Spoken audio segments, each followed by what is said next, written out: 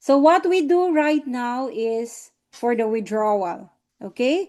So how do we do DSJ withdrawal? So first we have to log into our account. So again, if we could not open in one browser, we could use another browser. So if you are using an Apple, if it could you could not access in your Safari, then download another browser like Chrome or Brave or Opera. It's funny, I like the name, so I downloaded it. It's one of our team leader who told me to download this. It's more faster, she said. So I just follow, and it's really fast. So if you have this in your phone, DuckDuckGo. Okay, I don't know if you heard that browser, but I'm using that. Okay, so now let's open that. Okay, so before you do your withdrawal, the first thing that you need to do is bind your withdrawal address. Okay, so how do we bind our withdrawal address? What is a withdrawal address? So when we say deposit address, that is when we fund. That's why we have to go to asset and click deposit. But when we say withdrawal address, that is your wallet outside DSJ. Okay, so you need to have your wallet before you do your withdrawal. So what wallet you can use, we already discussed this yesterday. Any wallet that you are comfortable using. So like me, I love to use Uphold, or you could also use any other wallet that you want to use. Okay, so first you have to go to the upper, again, on your left side, go to the profile icon. Okay, if you are being logged out, all you have to do is click anywhere. Yes, Uphold or any other wallet is the same with ShakePay. But ShakePay, I think there is only a limited coin that you could use there, because not all exchanger or not all wallet could accept or compatible with any other coin. So you just check which coin you could use there. Okay, so if you are being logged out, all you have to do is click anywhere, then you can proceed to log in. So again, on your upper left side, go scroll down and click security. So when you click security, you click bind withdrawal address. Okay, for our withdrawal, we only have two options. If you want to withdraw USDT, you can only use TRC20 or the Tron network. Other than that, you can withdraw Ethereum. Like me, my withdrawal is in Ethereum. Okay, so your wallet address, your withdrawal wallet address, that is from your outside wallet. Let's say example, Uphold. You use Uphold. Then you copy your your USDT Tron network. Then you paste it here. After you paste, you submit. Now, we could not simply change our withdrawal address. If you want to change your withdrawal address, you have to inform Miss Elena of the changes. They are the one who will change on your behalf. All you have to do is to ask permission and give your new wallet address. You need also to submit your identification, your ID, and your selfie. Once once DSJ approved, then Elena will inform you that your wallet address has been changed. Okay. Now, if you choose to save your Ethereum wallet address, if you want to withdraw Ethereum, you just click the different user interface. Yes. Okay. So now you could click the select currency, then choose Ethereum. Then you could also save your Ethereum wallet address. Okay. So now you are ready for your first withdrawal. For your first withdrawal, this is the only process that we need to do is during your first withdrawal, because you need to inform Elena of your first withdrawal. You just message her that hello, Miss Elena, I would like to do my first withdrawal. This is my ID, or this is my identification, and this is my selfie, and this is my wallet address. You have to send at one time so that it would be faster for you to process your withdrawal. After Elena told you that I already submitted your request to DSJ, you could now proceed the withdrawal process. So once you receive that message, you have to go back to your assets and make sure that the amount that you're about to withdraw is already at your exchange balance. Okay, so this is where the 20% applies if your capital trade is not double yet. Okay, so how do we check? How do we check that our capital trade is already doubled? Okay, so more or less you could go to your deposit, then you can click the transaction history on the upper right side of your screen. Okay, so all of the amount that you transfer here, this is part of your capital trade. Okay, so that is where you check your, you can add up the total, all the amounts that you transfer in your trade account. Then once it's doubled, let's say for example, the total of this is, let's say for example, uh, 5,000. So that's the total. And once your trade balance is already 10,000, so meaning that's already double. Another way to check, though this is not accurate because it doesn't match, but you could, this could also give you an idea. Go to future, okay? Then you click invited me and you click copying history. So when you click that, you could see there your total order. So this is the one that you transfer all to your deposit or to your trade account, and then your total profit for following the order. So this profit here does not include all your rebates. Okay, so but at least more or less you would know how much you still need until you double your trade balance. But the first one that I show you, check your deposit, total it, then that's one way. Another way is go to assets. This is the simplest way.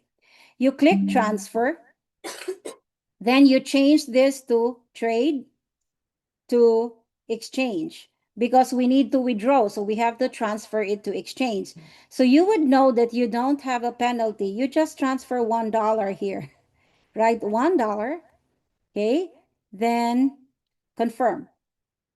So it is transferred successfully. So meaning the amount that I have there in my, okay, in my trade, that's already double. Okay, so now you could see that the $1 is transferred to the exchange. If it was deducted of 20%, so I could only receive 80 cents. So that's the best option. But you also don't have to worry because the moment you confirm the transfer, there is a prompt. There is a notification that the amount that you still need to complete to avoid the penalty. So when you do your transfer, do not simply click without reading the notification. So you have to read that if there is an amount written there, then you could either cancel your process to transfer, or if you are willing to pay the penalty, then you continue to do so. Okay?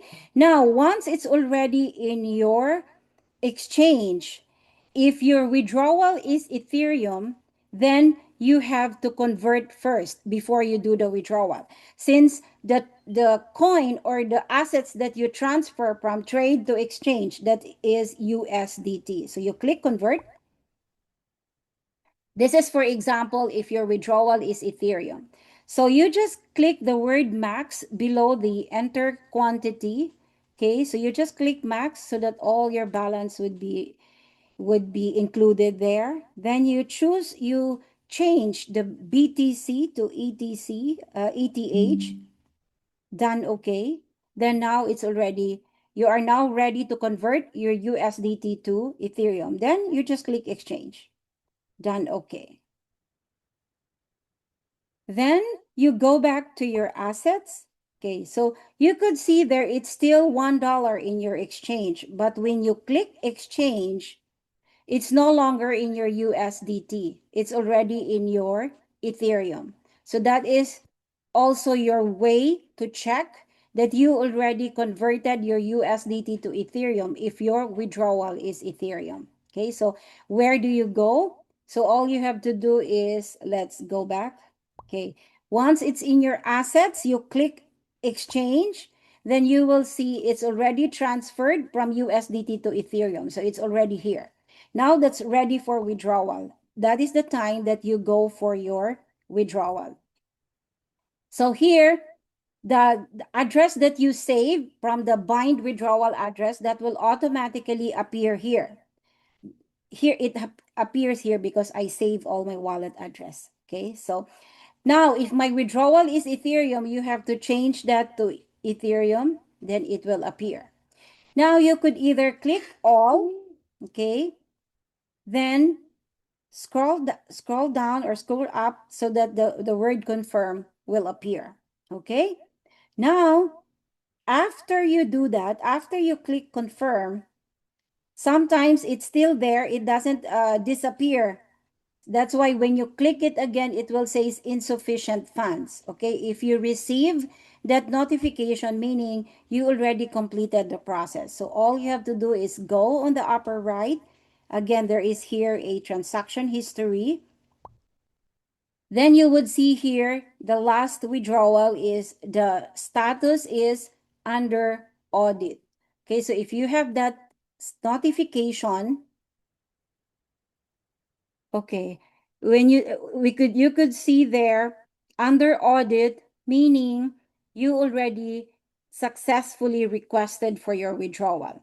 And then your withdrawal, the amount that is in your exchange balance, it will not disappear until you are paid. Okay, so normally it's 24 to 48 hours, but sometimes we receive it even less than 3 hours. It depends on the time that you do your request. It's fast. It's once it's paid into your wallet. Which wallet?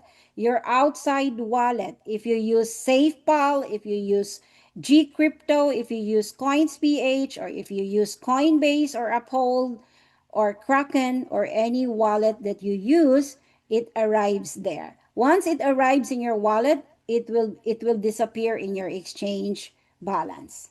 Okay, so I hope it's clear. Okay, so now there are still questions. How could we monetize the withdrawals that we got into our wallet? Okay, so I want to share with you the screenshots which I could not share the actual apps of Uphold. So let me share the screenshots. Okay, hold on.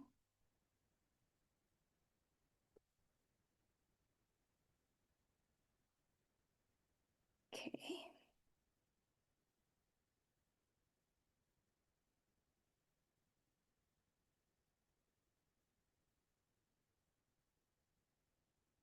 Okay. So these are the screenshots that I did a while ago for all my withdrawal. I started July 15 of 2025 and my first withdrawal was September 5. Okay, so since I choose Ethereum for my withdrawal, okay, so once you choose Ethereum, all your withdrawal is always Ethereum. Once you choose USDT, all your withdrawal is in USDT. So this example, this is from DSJ going to my Uphold account. Once you see here it's paid, meaning that's already in my Uphold, or it's already in your SayPal or in your coins.ph or in your Binance account or in your Coinbase. Okay? Once it's paid here. Now, after it's being paid, you have to go to your wallet. Okay, so this is my Uphold. wallet. Okay, so here there are different uh, scenario here. Okay, so this one, the deposit, the green one, the green in color. Okay, the one in green box. These are all the deposit, meaning this is from DSJ going to my Uphold. Okay, so you will receive in your Uphold, in your activity, it says there deposit Ethereum. Okay, so that all the green, that's all the deposit, that is what you receive from outside or from DSJ going to your wallet. Now for the withdrawal, okay, so this is the withdraw, this is what I did. From my Uphold, I linked my Chase account, my Chase card, my debit card. I linked that card to Uphold. So all my withdrawal, all the one in red box, these are all withdrawal from Uphold going to my Chase Bank. Okay, now I also get their debit cards because just recently that they launched their debit card. Okay, so the debit card, after I receive the debit card, I don't do withdrawal anymore. What I do, I just use it directly to purchase anywhere. Okay, so as you can see here, all my purchases. It's even in Status Bro, it's in Boba Tea, so it's in Nordstrom, it's in Nike, it's in Hobby Lobby, so it's in Bahamas, so it's even in Kohl's, in Old Navy. I all use the card. Okay, so when you use the card, automatically it will deduct your Ethereum. And then, of course, the payment in the shop is in US dollar. So right away, it will be deducted from your Ethereum balance because take note, my withdrawal from DSJ to Uphold is Ethereum. So my shopping is Ethereum to USD. I use the card of Uphold.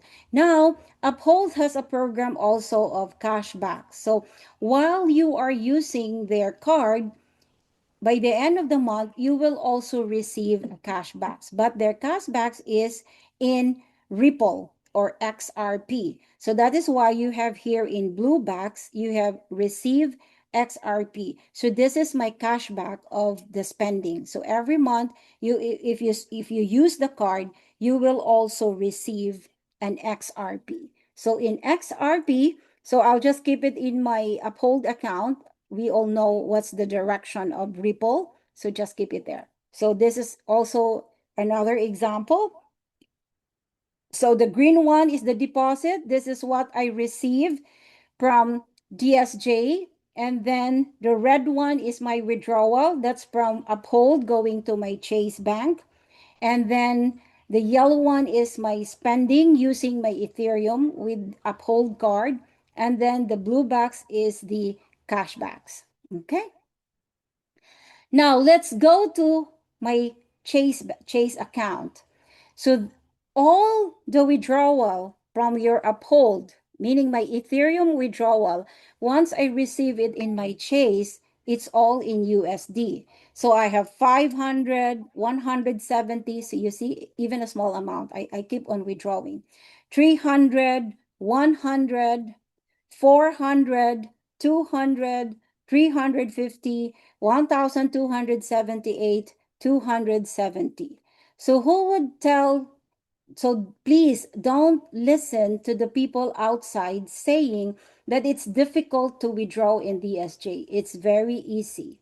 All you have to do is just to follow the process. So this is what you receive in your bank. Okay? Now, by the end of the year, Uphold will also give you a form 1099.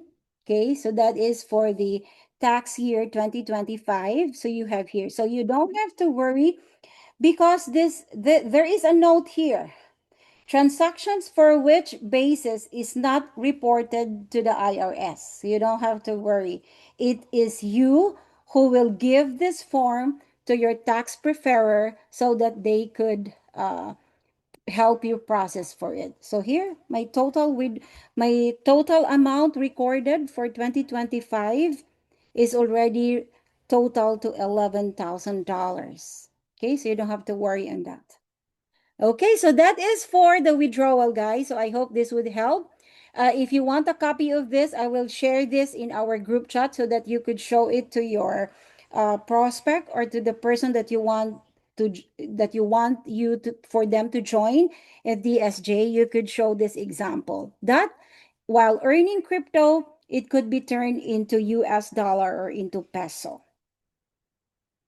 Okay. So, any other questions and clarifications before I will give the screen to Dr. Tom for additional information? Okay, so I guess we already covered the funding of our account and the withdrawal. Okay, so let's uh, off the record so we could